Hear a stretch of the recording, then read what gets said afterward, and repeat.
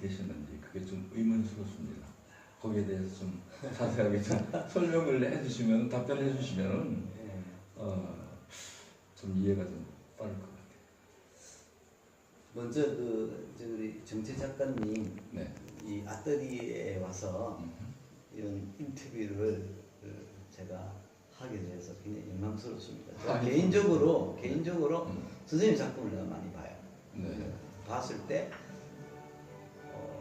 프랑스에서 미술과 건축학을 하시면서 그냥 이제 피카소의 어떤 그 선들 좀 입체적이고 좀 큐비즘적인 이 냄새가 나는 데 있어서 뭔가 채워야 되겠다는 욕망이 좀 보였어요. 선생님 작품 속에서.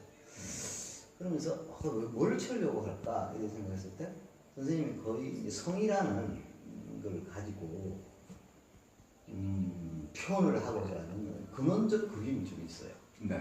그러다 보니까 이 기하학적으로 더 근원에 가까운 그 어떤 선들이 제가 보여서 제 인터뷰를 할 때 태계도 성이니까 하면서 사실 이 설레는 마음으로 지금 선생님 질문을 내가 받는 것 같아요. 네. 그래서 저는 이 책을 쓰게 된 게 임신을 하는 주체는 여성이세요. 네. 근데 남성의 역할도 상당히 중요하다. 그러면서 제가 태교 상담가라는 가정을 제 센터에서 개설하게 돼요. 그래서 이제 거의 여성들이죠. 네. 조산사, 간호사, 아니면 그 간호학을 전공한 교수들. 이렇게 이 공부를 제 나름대로 내 고비를 이렇게 펼치다 보니까 태교라는 큰 생명의 질서를 그분들이 새롭게 받아들여요. 이렇게 중요한 걸 몰랐다. 그러시는 거예요. 그래서 그때부터 이제 마음에 갈등이 일어나고 태교초를 내가 써야겠다 하면서 그럼 내가 누구한테 이 태교초를 보여주지? 누구를 위해서 내가 쓰는 것이지? 했을 때 저도 한때 아내와 남편이라는 이 부부가 같이 해서 생명을 초대해서 생명을 탄생시키는 과정 속에서 참 어리석음이 참 많았다. 내 자식들한테 너희들은 이 책을 읽고 선생님이 생각하는 근원적인 어떤 생명의 선을 추구하듯이 성스러운 어떤 생명의 섹스를 추구하듯이 우리 아이들한테도 태교라는 이 성스러운 생명의 질서를 내 조그마한 어떤 참여로서 기록을 남겨야 되겠다 해서 책을 쓰게 됩니다.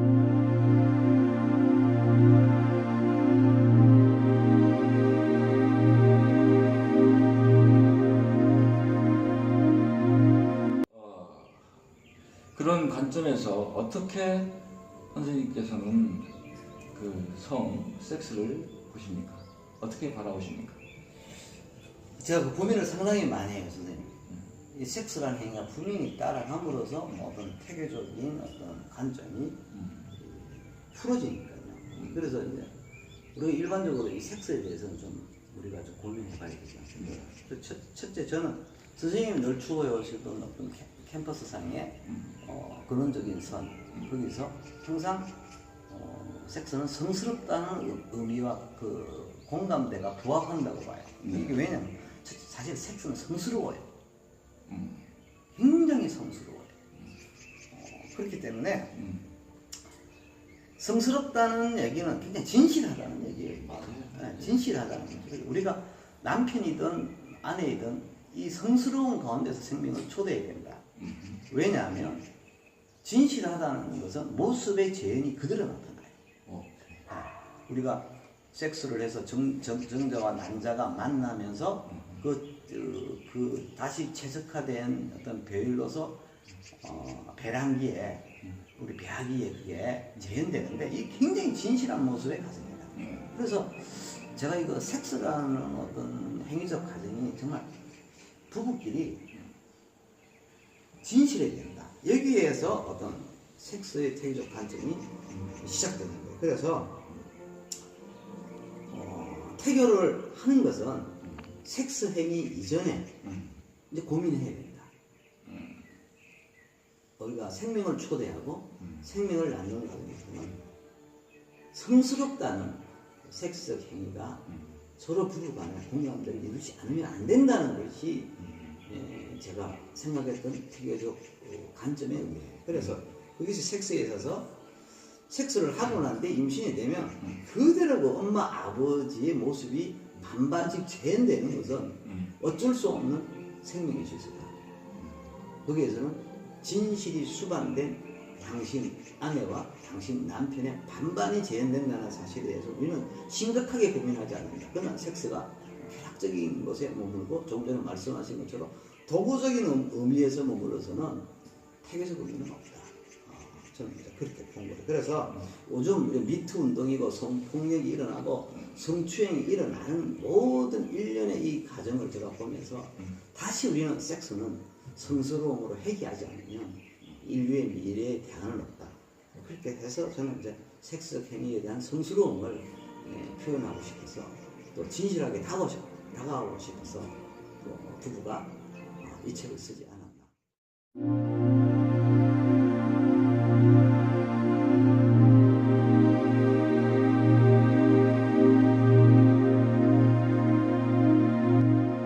선생님께서 태교 49회를 진행하시면서 가장 진실한 의미를 어디에서 주셨어요? 참 어려운 그 질문입니다. 우리가 늘 진실하게 살자, 뭐 진실하게 살자, 우리는 진실해야 된다, 도덕적으로, 윤리적으로, 뭐 그런 얘기는 아마 인류 문명사에서 늘 어떤 요구해왔던 인간의 근원적인 어떤 갈망이 아니었는가. 그럼 그게 인간의 뜻인가? 라는 것에서 이 태교 49개월은 고민을 해요. 그게 인간이 가지고 있는 진실인가? 그러다가 이제 제가 한 뭐 7, 8년 전부터 뭐 분자 생물학이라든지 그 이전에는 이제 물리학이라든지 그쪽에 관심이 많아졌어요. 그쪽에 관심이 많다 보니까 이 단백질이라는 생명이 저한테는 굉장히 흥미있게 다가왔고 내가 지금 먹는 거, 내가 지금 배설하는 거, 이 모든 것이 내 생명을 집행시켜주는데 그 누가 만들었지? 한때는 그것이 뭐 신이 있어서 나는 어떤 종교론적인 접근도 있었지만 조금 더 생생하게 현실감 있게 현상적으로 다가서고자 할 때 분자 생물학을 제가 배제할 수가 없었어요. 그래서 태교에서 우리 인간이라는 몸이 어떻게 보면 60조의 단백질 세포란 말이에요. 그게 물 위에 떠 있어요. 그래 60조 섬이 서로 중력으로 끌어안고 있어요, 사실. 네. 거기서 중추적인 생명 시스템의 어떤 가교적인 역할을 하는 것이 단백질이에요. 그러면 이 단백질이라는 것은 단백질 세포는 어느 현상보다는 어떠한 것들의 현상보다는 굉장히 진실하다. 그것을 제가 분자 생명에서 발견합니다. 그래서 우리가 흔히 단백질 세포 내에 있는 핵이 우리 DNA라고 그러죠. 이 DNA라는 것이 디옥시리고 핵산이라고 분자 생물학자들이 이제 명명을 했거든요. 네. 근데 이게 생명 시스템이 있다는 거죠. 네. 그냥 막연하게 우리가 디옥시리고 핵산이야 이렇게 말하기에는 너무 큰 생명적인 한계가 있습니다. 그래서 이제 단백질 공부를 하다 보니까 이 단백질이 허용하는 세계들, 단백질이 어떤 가변성을 가지고 변하는 세계들이 있고, 그 다음 어떤 물어보면 응답도 하고, 내가 어떤 불편한 상황이 있으면 그것을 최우선적으로 해결하는 생명적 속성이 있었어요. 그런 어떤 생명적 속성을 주장했던 분이 이제 우리가 말하는 셰나헤머라는 아주 유명한 물리학자이면서 생물학자의 네. 고백 속에서 저는 태교의 근원적인 진실을 제가 고민하게 된다는 것이죠. 그러니까 우리가 흔히 말하는 이 단백질이라는 것이 과학적 질서로 배열이 되지만 기록하는 것은 그 원자적 빛의 속성이 기록을 해요. 기록을 하는데 이렇게 생명 시스템을 만드는 데 있어서 주도적인 역할을 했던 것은 우리가 태어나기 이전에 35억 년 전에 조그만 세균이 그 시스템을 만들어요. 생명의 질서가 참 위대하죠. 그런데 이것은 이제 제가 공부해서 그들이 이미 임상적으로 보편화되어 있는 그 분자 생물학자들이 가지고 있는 공통된 의견이에요. 그럼 이 역사는 이렇죠. 그럼 우리가 흔히 세포가 없는 핵이 없는 세포를 우리는 원핵 세포라고 그래요. 그 핵이 있는 세포를 진핵 세포라고 그런단 말이에요. 네. 근데 이 원핵 세포에서 진핵 세포로 핵을 가지는 생명 시스템이라는 핵을 가지는 어떤 그 시간적인 것이 10억 년이라는 세월이 걸려요. 그러니까 진실을 담기 위해서 10억 년이라는 세월 동안 그 수많은 세균들이 투쟁을 해요. 그게 이제 등장하는 게 이제 고세균, 그 다음에 프로테오박테리아. 이게 나중에는 이게 미토콘드리아가 돼요. 그 다음에 시아노박테리아, 강합성하는 빛을 가지고 에너지를 만들어요. 시아노박테리아. 그 다음에 거기에서 물건을 잘 모방하고 전사하고 하는 레트로바이러스. 이 투종의 유전자의 싸움이 10억 년 걸려서 거기서 우리는 서로서로 양보하자. 서로서로 우리는 같이 살자. 이렇게 공생적 차원으로 봐요. 네. 거기에서 우리가 먹고 사고 배설하는 에너지를 맡는 영역, 대사 영역하고 내가 먹고 사고 에너지를 맡는 이 영역을 기록해 달라 해가지고 우리가 대사 영역이 있으면서 정보 영역을 같이 나누어 가지는 대역사가 이루어지면서 DNA라는 생명체가 만들어지는 거죠. 그러니까 이 DNA라는 것은 어떻게 보면 인간의 이성적 논리로 접근할 수 없는 생명의 질서를 가지고 있어요. 그러니까 우리가 지금 현재 먹고 마시고 이렇게 생명을 유지할 수 있는 모든 이러한 소통을 열어줬던 것이 DNA, 디옥시리보 핵산이 가지고 있는 생명의 시스템 때문에 우리는 지금 이것을 먹고 트리도 먹고 이 정보를 받아서 먹고 살고 소도 먹고 모든 돼지고기도 먹고 하는 거 야채를 먹고 하면서 우리 생명을 키울 수 있도록 적극적으로 협력했던 것은 그 네 개의 투쟁과 사랑을 나중에 공생으로 간 그 진실을 기록할 수밖에 없도록 만드는 이 DNA 진핵세포의 덕분이다. 그래서 진핵세포의 세계를 보면서 우리는 진실할 수밖에 없다. 그래서 지금 인간이 진실하자 하는 모든 우리들은 생명 질서 위에 있었던 DNA가 원하는 생명 시스템의 욕망이 있다. 그것이 신적 욕망인지 성스러운 욕망인지 이것은 각자 지금 이 얘기를 인터뷰하는 그 사람이 들으면서 생각을 하지만 우리의 진실은 그렇게 10억 년의 사랑을 통해서 인간이 등장하기 전에 진실을 준비했던 것이 바로 DNA가 가지고 있는 아름다운 생명의 공생적 가치가 만들어 나왔다. 저는 태교 49개월에 그것을 쓸 수밖에 없고 그래서 진실은 거기서 탄생되었기 때문에 진실할 수밖에 없다. 이런 인과성을 가지고 책을 이제 쓰게 되는 거죠. 네.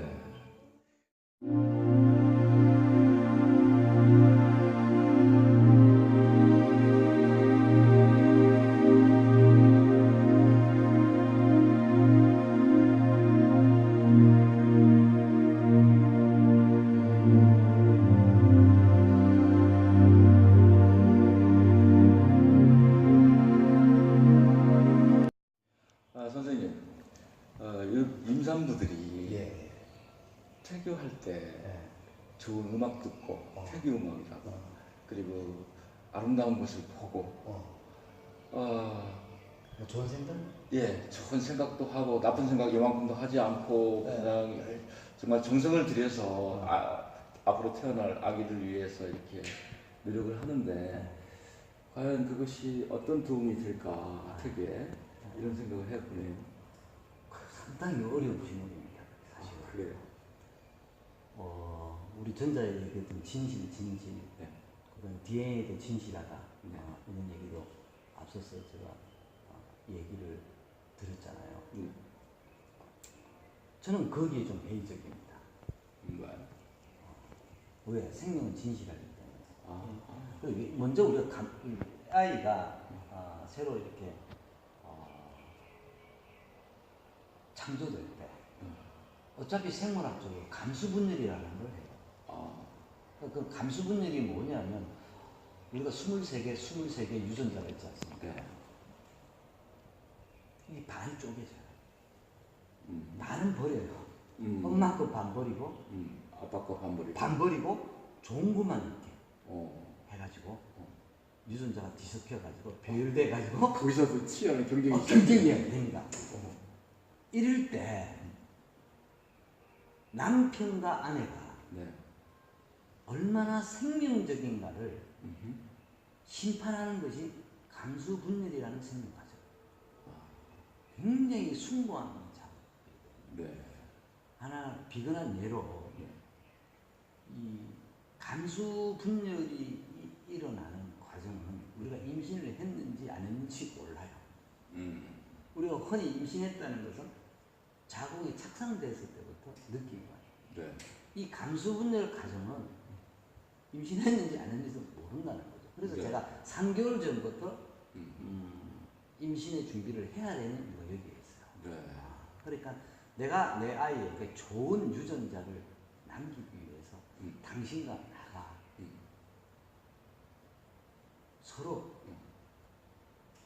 뭔가 문제가 있다든지 서로 다툼이 있을 것 같고 서로 불화가 있을 것 같고 이런 과정을 우리가 충분히 수용할 수 있는 과정을 거쳐야 됩니다. 그래서 제가 임신 3개월이라는 전에 그러니까 태교만 늦다는 얘기죠. 이건 해야 된다는 거죠. 그게 무슨 얘기냐면 감수분열의 과정을 우리는 임산부가 몰라요. 그리고 최적화된 어떤 반반의 유전자를 섞는 이런 과정이기 때문에 네. 그렇게 해서 애가 태어난다. 네. 태어나는데 생각은 이렇습니다. 부모의 유전자에 기록되어 있는 것은 쉽게 말하면 상상하고 좋아하는 것이 아니에요. 이 생명체를 만나는 것은 흔히 경험하고 삶이 없으면 유전자는 안 만들어져요. 네. 그래서 우리가 흔히 말하는 좋은 생각? 이것이 상상이라면 아기한테 생명력을 갖추는 데는 힘이 없어요, 사실. 생명력도 굉장히죠. DNA적 생명의 시스템이에요. 그렇기 때문에 델스에서는 상상의 어떤 이 생명력은 현실 속에서 이루어지지 않기 때문에 만약에 그렇게 해서 아이가 태어났을 때 엄마의 그 상상력 태교를 아이한테 요구하게 돼요. 네. 근데 아이는 엄마 아버지한테 실제적인 구조물을 받았기 때문에 그것이 억압적 사랑이에요. 상상했던 걸 요구하게 돼요. 그럼 나중에 그 상상했던 모든 산물이 도피적이고 나아가서 회피적인 요소를 만드는 위험성이 더 크다는 거예요. 네. 그래서 될 수 있으면 상상한다든지 내가 좋은 아이를 만들기 위해서 끊임없이 좋은 음악을 듣는다든지 하는 것은 지극히 생명적인 것에 접근하기보다는 상상적인 것에 머물기 때문에 태아에게는 생명력이 있는 것이 아니라 도리어 도피적인 환상적인 요소만 제공할 수 있는 그런 현상으로 낳는다는 거죠. 그래서 제가 이 태교 49개를 쓰면서 제일 고민했던 것이 우리가 아무리 훌륭한 인생을 만들려고 상상하고 좋아하는 아름다운 생각을 하고 하더라도 내 실제적인 경험하고의 어떤 거리감이 크면 클수록 아이의 그 부모의 생각은 상상에 머물고 마는 것이지 생명으로 다가서기까지는 상당한 이 아이가 태어나서 걸어가야 할 험난한 여정은 크다. 그렇기 때문에 효과적이지는 않다. 큰 효과는 없다. 생명적이지 네, 않다. 네. 이것을 제가 이 책 쓰고 있죠. 네. 그래서 그 부분에 대해서 고민하는 것이 저한테는 중요한 쟁점이면서 팩트를 가지고 접근하게 되는 요인입니다.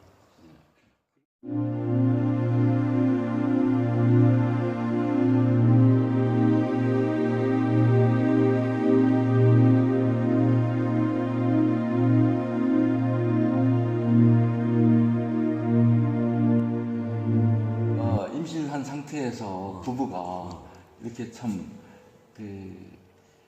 제 2세를 위해서 이렇게 대화를 나누는데 과연 그 생명에 어떤 힘이 될까요? 그런 그 좋은 퇴담을 나눈다거나 할 때에 그 태아에게 어떤 그 영향력이 있을까?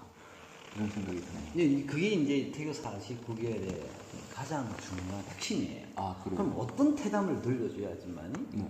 생명력이 있을까? 이거 아니겠어요? 아하. 그래서 이제 제가 이제 자주 우리 수강생들, 학생들한테 강의하는 게 있어요. 우리 어머니가 다 고상하고 품위 있는 사람이에요. 또 어떤 사람은 열등의식이 굉장히 많아요.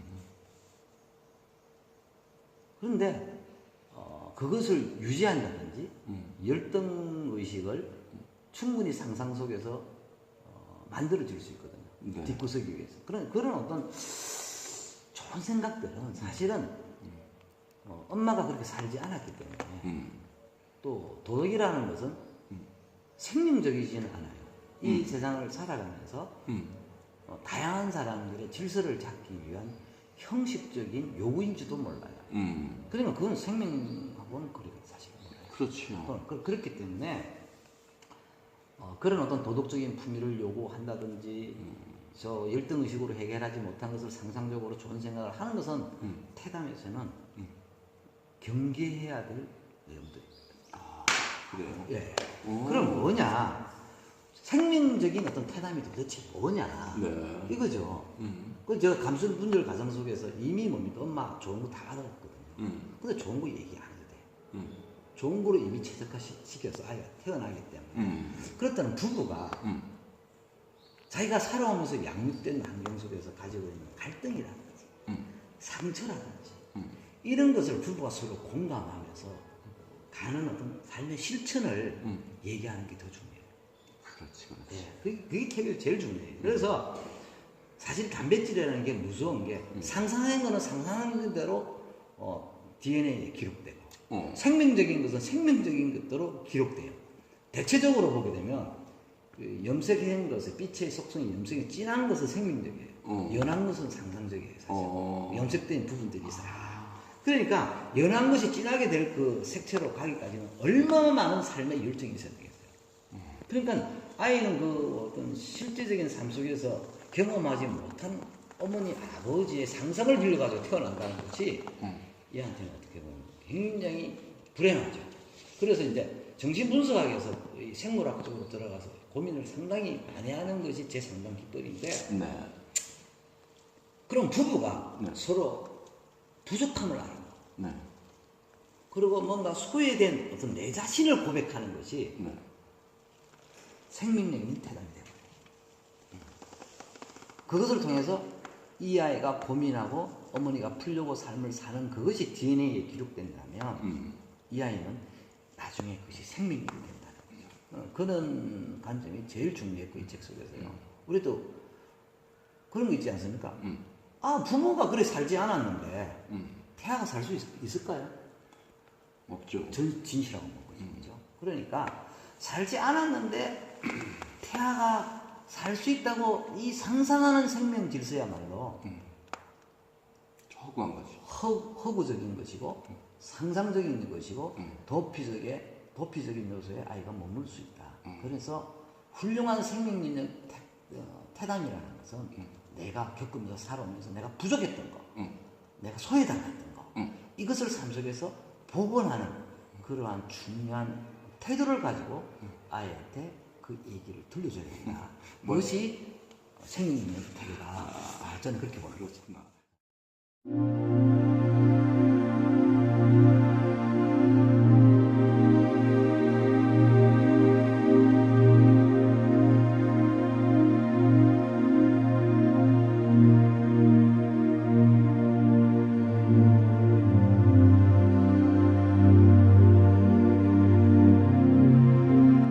오늘날 과학 문명 속에서 네.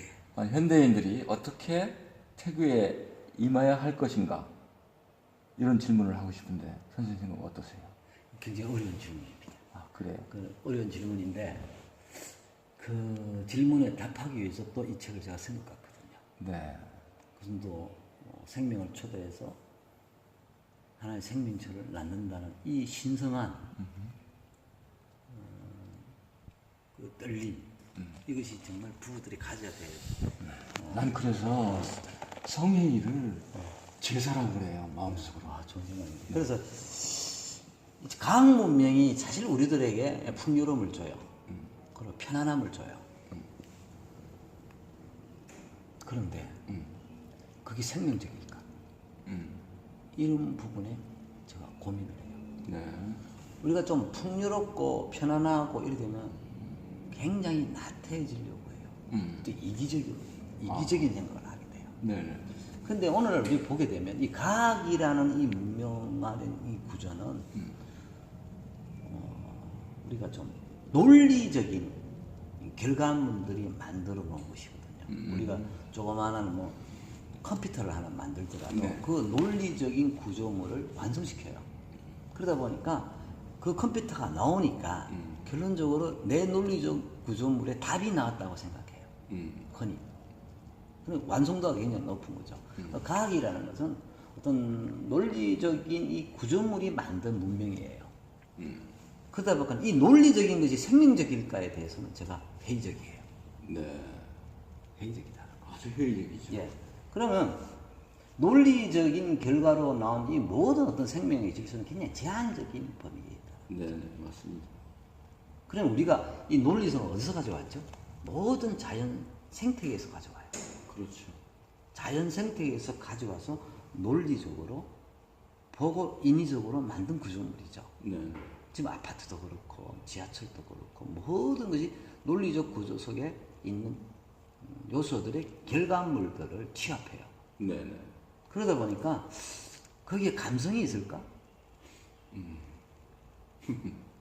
우리가 감성이라는 어떤 혼란 속에서 논리적 구조가 나왔는데 지금 거꾸로 논리적 구조 속에서 감성을 잃어버렸다는 거죠. 그러다 보니까 생명력이 있는 아이가 태어날까 하는 부분에 제가 회의적이라고 거듭 이런 얘기를 하게 되는 거거든요. 그러다 보니까 요즘 가르치는 답을 원하는 태교, 좋은 태교가 이런 것이야 하고 태교를 한다든지 가르치려고 해요.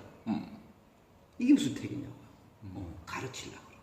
또 나중에는 가르치는 게 안 되면 요구하게 되는 태교가 돼요. 이런 것은 어떤 태교에서 봤을 때는 생명적이지는 못해요. 그렇지. 그래서 요즘 보게 되면 이 전문가 집단들 거의 대다수가 논리적인 정서에 아주 배어 있는 사람들이에요. 예. 그러니까 정서적으로 그 둘이 만났다. 네. 근친 교회에 가까워요.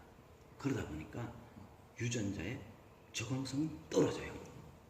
굉장히 위험해요. 그러다 보니까 지금 미국의 이제 보건의학의 통계청을 보게 되면 한 3, 40년만 돼도 자폐아가 뭐 10,000명 중에 10만 명 중에 한 명 정도예요. 네. 그럼 지금 5년 전에는 50명에 한 명이에요, 자폐가. 아. 그럼 지금에 와서는 대략 30명. 또 정확한 통계는 이제 안 나오지만 점점점 자폐아가 늘어나고 있다는 거죠.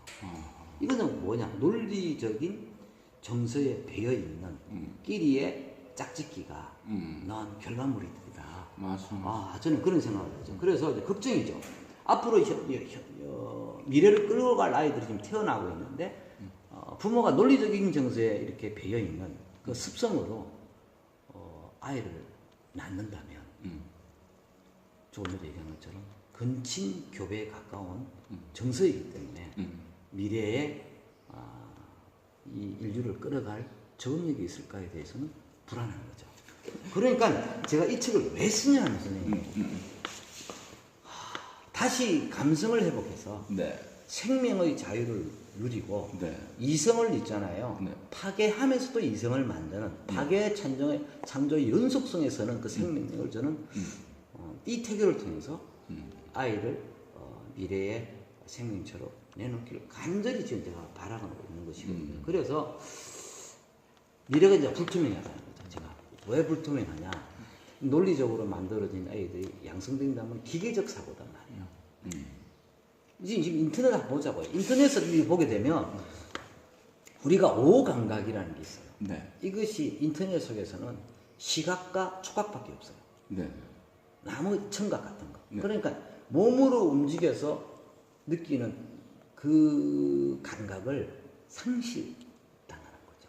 그러다 보니까 논리성도 기계적이라고 봤을 때 미래는 더 충동적이고 폭력적이고 공격적인 요소로 아이들이 탄생하지 않을까. 더 나아가서 그런 거 있잖아요. 컴퓨터를 하게 되면 자기 마음대로 돼요. 자기 혼자서 군주야. 게임에 감독도 되고, 그 전에 사람을 죽이기도 하고, 살리기도 하고, 이 정서 속에서 살다 보니까, 현실에 나와보니까 자기 뜻대로 안 된단 말이에요. 거기서 오는 괴리감이 바로 충동성으로 연결됨으로 인해서 범죄는 날로 증가할 것이니까, 과학 문명이 우리들한테 편안함과 풍요로움, 뭐, 이런 것을 주는지는 몰라도, 도리어 해학적인 생명을 출산해서 괴리감 있는 이 현실을 파괴하는 그런 생명의 어떤 탄생들이 있기 때문에 저는 과학 문명 속에서 태계가 고민해야 될 점이고 지금 부부들이 고민할 내용이다. 그래서 이 부분을 조금 비판적으로 또 생명적으로 다가서고 돼서 이 책을 쓰게 됩니다.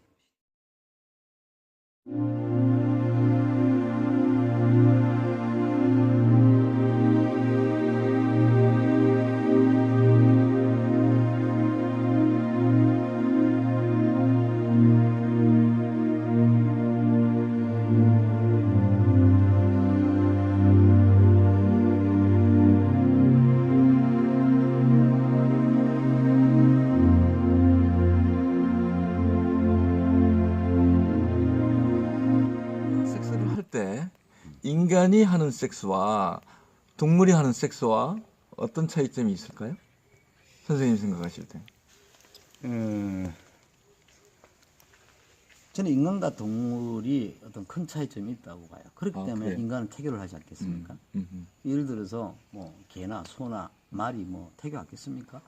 되게 하던데 내가 봤을 때는 동물의 세계에서 보면은 그 태교는 이제 순수한 DNA적 감정만 전달되는 경우죠. 네. 그래서 우리가 일반적으로 뭐 정신 분석하게 되든 어떤 심리학자가 되든 또 동물을 사랑하시는 분들이 많지만 동물은 순수해요.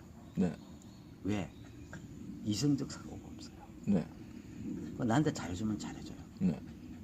그리고 잘해주는 것이 영원히 갖고 싶어하는 자기의 쾌락이에요. 네. 그러다 보니까 주인이 나를 잘해주는 것이 있는 감정이 있기 때문에 좀 못하더라도 끊임없이 순종해요. 네. 그래서 어떻게 보면 반려견이라는 이 의미도 네. 인간한테는 위로가 될 수도 있죠. 네. 그것이 그리 대단한 것이냐는 부분은 사실은 철학자 중에 쇼펜하우어가 그런 얘기를 많이 했어요. 개에 대해서라든지 네. 많이 했는데 그건 나중에 뭐 시간이 되면 뭐 독자들한테 내가 글을 쓰는 어떤 기회가 될 것이라고 봐요. 이 지구상의 수많은 어떤 생명체 중에서 이제 포유류에 가까운 동물들 중에서 가장 그 우울하고 불안한 동물이 뭐냐 할 때 저는 인간이라고 봐요. 인간이 가장 불안하고 우울한 종이다. 제가 이제 호모사피엔스 욕망의 바이러스라는 인가 책에서도 네. 그것을 굉장히 강하게 독자들한테 들려주고 있거든요. 그래서 그러면 불안하고 우울한 이 종이 다른 동물과 다른 게 뭘까 한다는 것은 잘못을 안다는 겁니다. 잘못을 안다는 거. 반성할 줄 안다. 이게 의식에 있어서 최고의 축복이에요. 네. 맞습니다. 예. 그래서 어떻게 보면 이 수많은 어떤 오류, 네. 잘못 이것이 고등 생명체로 이 지상에 등장시키는 요인이 돼요. 네. 그러다 보니까 동물하고 확실히 다르죠. 네. 동물하고 다르다고 볼 수 있죠. 그만큼 잘못은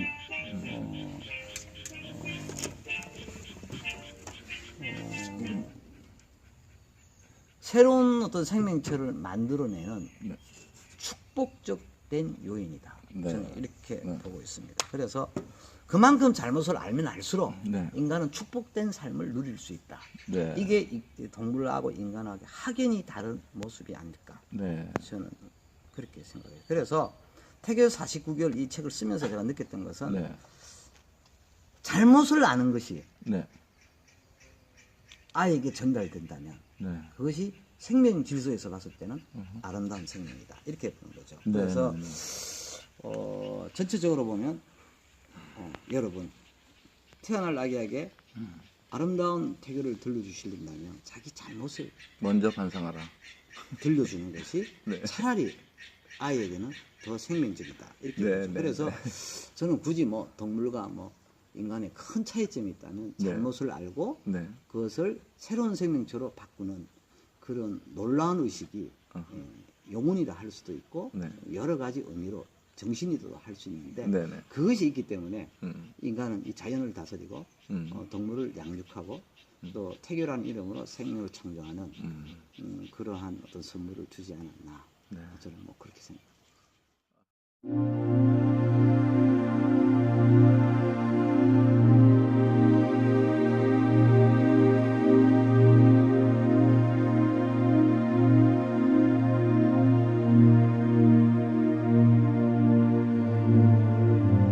두 사람이 결혼을 해서 네. 아이를 가지려고 할 때 네. 그러면은 그 두 사람이 네. 어떻게 아이를 맞이할 준비를 하고 있을까? 어. 준비할까? 그런 사람들에게 선생님께서 하고 싶은 말씀이 혹시 있다면 어떤 말씀을, 뭐, 당부를 하고 싶습니까? 그렇죠. 제가 그런 책을 안 쓰겠습니까? 예. 근데 저는 뭐 쉽게 네. 표현하고 싶습니다. 생명은 살아온 대로 태어난다는 거예요. 생각한 대로 태어나지 않습니다. 살아온 대로 태어난다는 거예요. 아, 그만큼 생명은 진실한 거예요. 상상한 대로 태어날 것 같아요? 아니죠. 아니죠. 살아온 대로 태어난다는 거죠. 그래서 모든 유전자도 모든 생명체의 유전자도 살아온 대로 생명을 다 만들어내는 거예요. 그런데 이제 그러면 진실하고 생명적인 태교를 저는 늘상 주장하는 것은 살아온 대로 얘기하라는 거죠. 네. 그래서 살아온 대로 얘기하다 보면 잘못도 있을 수도 있고 다른 사람 속에서 소외감을 느낄 수도 있을 것이고 다른 사람에서 열등의식이 있으면서 부족함도 있을 것이니까 이것을 아이에게 부부가 서로 공감해서 전달해야 된다. 그래야 그러면서 어느 정도는 자기도 거기에 살아올도록 해. 예를 들어서 자기는 명문대학을 안 나왔는데 명문대학 가게 해달라고 태교를 했다.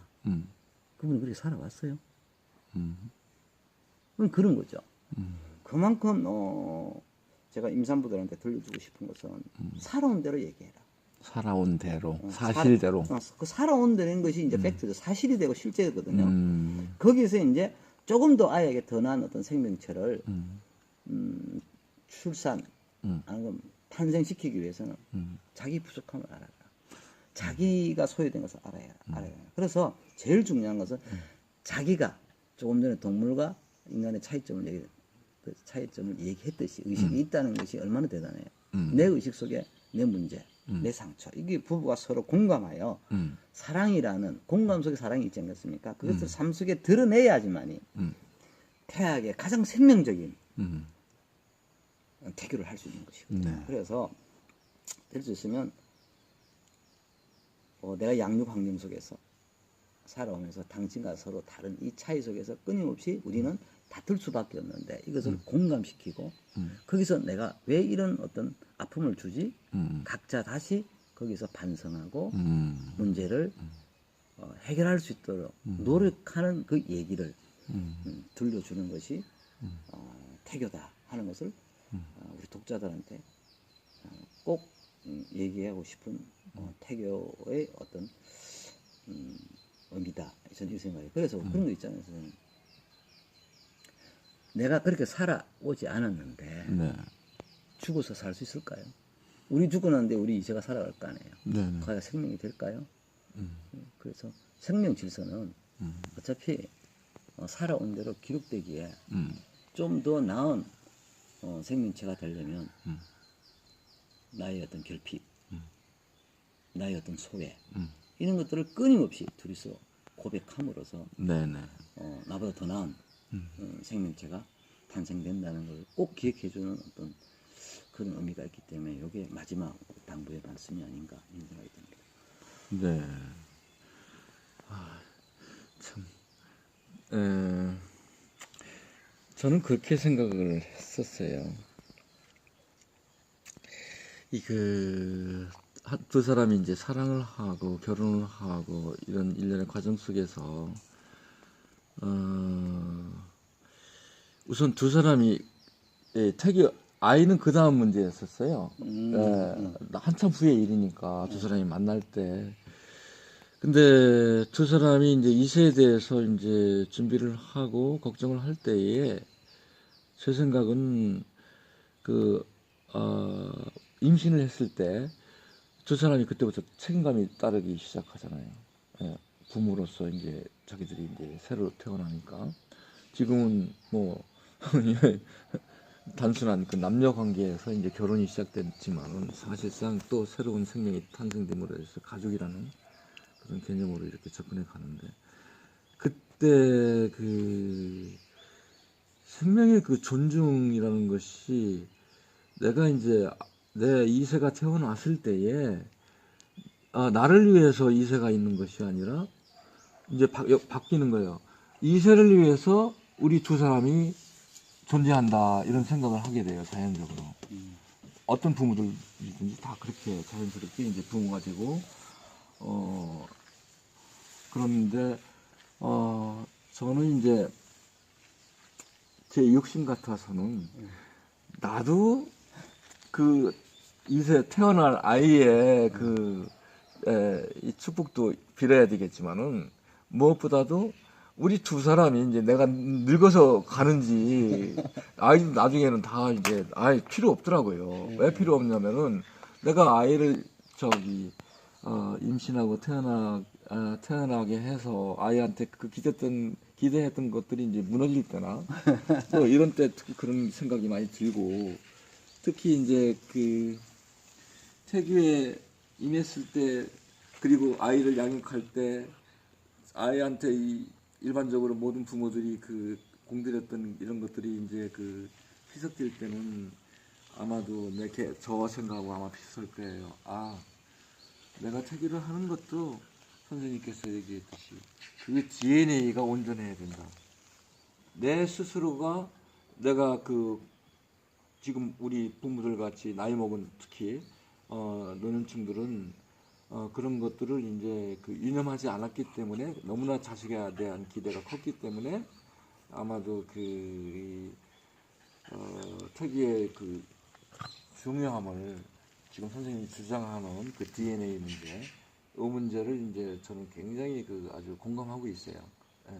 그래서 이제 선생님께서 임산부나 배우자들에게 이렇게 부부에게 이렇게 당부하고 싶은 말씀도 아마 그런 뜻에서 단백질이라는 DNA가 굉장히 중요하니까 그 진실을 좀 이야기해야 되지 않나.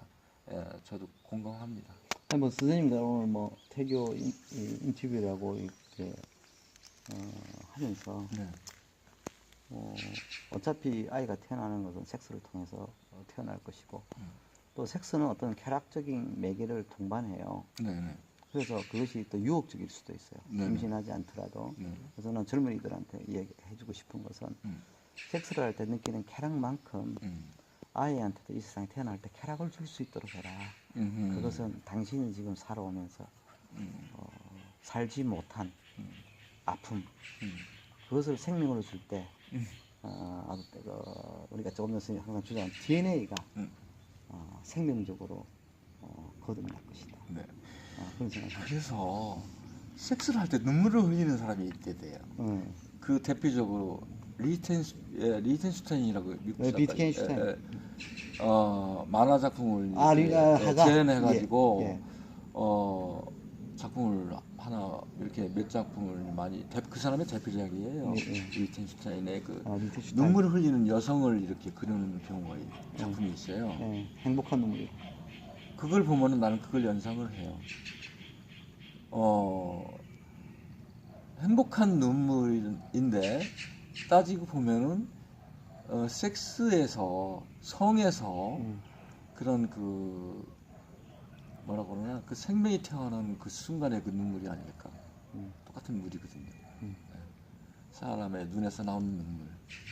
그리고 태교에서 나오는 그 어떻게 보면 성스러운 생명의 외침에 다가서고자 하는 네네. 참회 같은 눈물이라고. 참회. 어떤 눈물이라고. 기쁨이 환희의 눈물일 수도 있고 참회의 눈물일 수도 있어요. 참회의 눈물이 높으면 환희는 높으니까요. 맞아요. 그렇게 생각을 하는 거예요.